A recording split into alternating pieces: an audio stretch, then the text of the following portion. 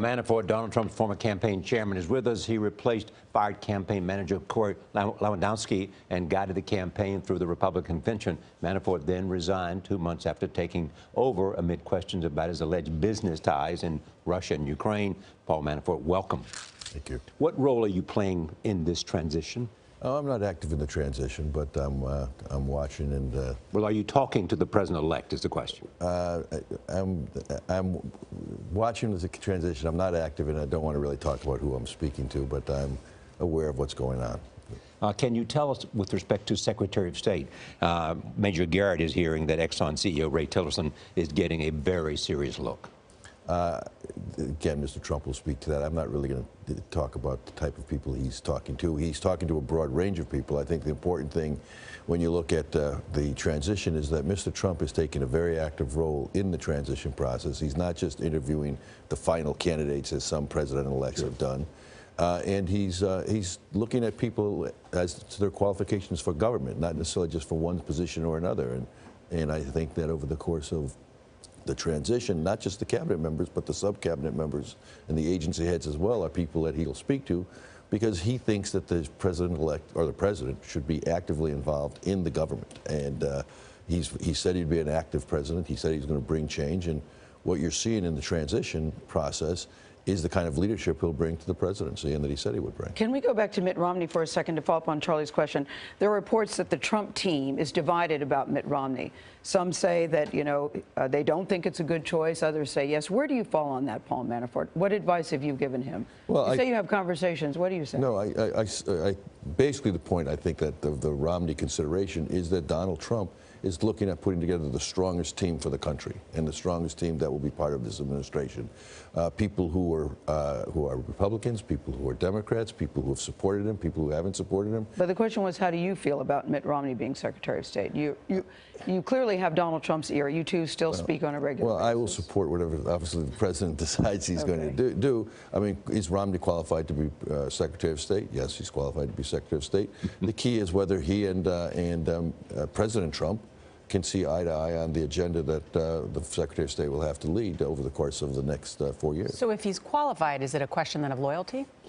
No, it's a question of who Donald Trump wants in that position. I mean, the fact that they've engaged and are starting to build a relationship back to what was a good relationship in the past is a positive thing. And whether Mr. Romney is a part of the government or not, I think they'll have a relationship going forward. There's a report this morning in New York Magazine by reporter Gabe Sherman that describes the scene inside Trump Tower as like Game of Thrones-esque.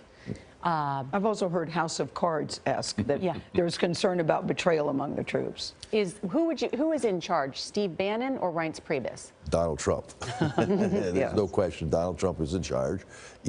People have their respective roles. I mean, transitions are by definition a work in progress. I mean, by the time it gets figured out, the inauguration happens.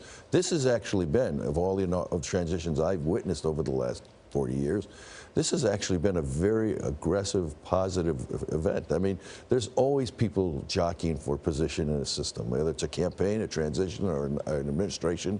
But what's happening here is you're seeing a process executed. The biggest difference, I think, from this transition is that the emphasis is on bringing change to the government. Okay, but let's talk about that. Who it was that elected Donald Trump. Right. A lot of people feeling economic pain. And some are raising the question, can all those billionaires have a true understanding of those people who supported and the things that they care about? Well, first of all, Donald Trump has an understanding of it. I mean, he clearly 2 years ago had understood the American people. He was very consistent throughout his whole campaign. And to the surprise of many, but not to Donald Trump, the American people responded to the message. His presidency and what you're seeing in this transition process is focusing on that exact thing, bringing change. The people who he has said he's going to nominate for these cabinet and agency positions are all consistent with the philosophy that he talked about in the campaign. And as President Obama said in 2009, yes, elections have consequences, and I, Obama, won. Well, yes, elections have consequences. Okay, let me have two questions. One, what happened to you? You were part of the campaign. You were the guy, and then you were gone. Well, I mean, I became a block to his ability to communicate his message. I didn't think it was fair. I mean, the allegations were not true.